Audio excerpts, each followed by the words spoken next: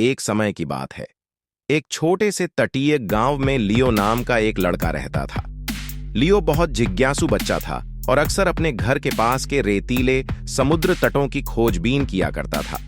गांव में मछली पकड़ना ही मुख्य जीवनयापन का साधन था और जब बड़े लोग समुद्र में जाते तो लियो अपना समय तट पर शंख इकट्ठा करने और लहरों को देखने में बिताता। एक सुबह एक भीषण तूफान के बाद लियो जल्दी समुद्र तट की ओर निकला। पिछली रात समुद्र बहुत अशांत था और लहरों के साथ तट पर बहुत सा मलबा आकर जमा हो गया था। जैसे ही लियो समुद्र तट पर चला, उसने देखा कि कुछ असामान्य था। हजारों तारा मछलियां किनारे पर आ गई थीं, रेत पर फंसी हुई थीं। कुछ अभी भी जीवित थीं, उनकी छोटी भुजाएं हवा में हिल रही थीं, जबकि अन्य बिल्कुल स्थिर थीं। लियो घबरा गया।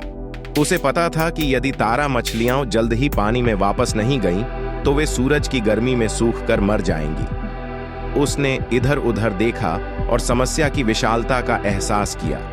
बहुत सारी तारा मछलियां थीं और वह केवल एक छोटा सा लड़का था। बिना किसी झिझक के लियो नीचे झुका, एक तारा मछली को उठाया और धीरे से समुद्र में फेंक दिया। फिर उसने एक और उठाई और वहीं किया, और एक और। घंटों तक लियो अपनी छोटी दया की इस क्रिया को दोहराता रहा।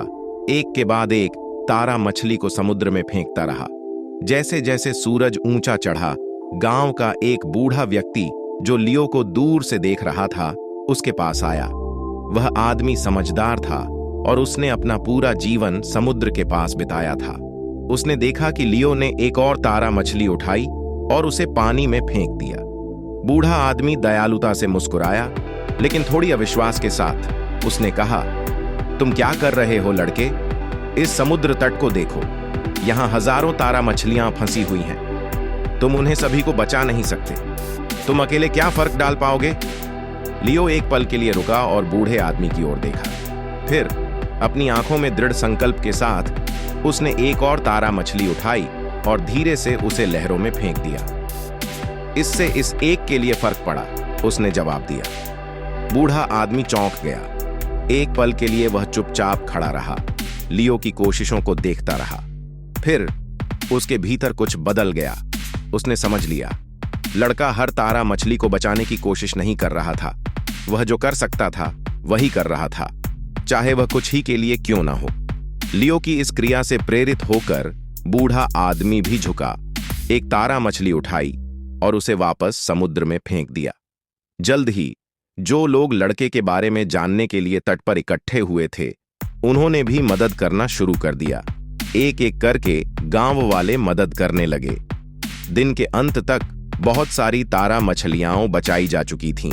एक व्यक्ति के प्रयासों से नहीं, बल्कि इसलिए क्योंकि लियो की छोटी सी दया की क्रिया ने दूसरों को प्रेरित किया था।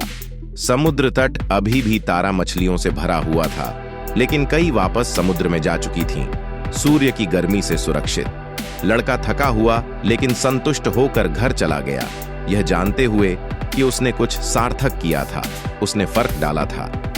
कहानी की शिक्षा, छोटी छोटी दयालुता की क्रियाएं चाहे जितनी भी मामूली लगें, बड़ा प्रभाव डाल सकती हैं।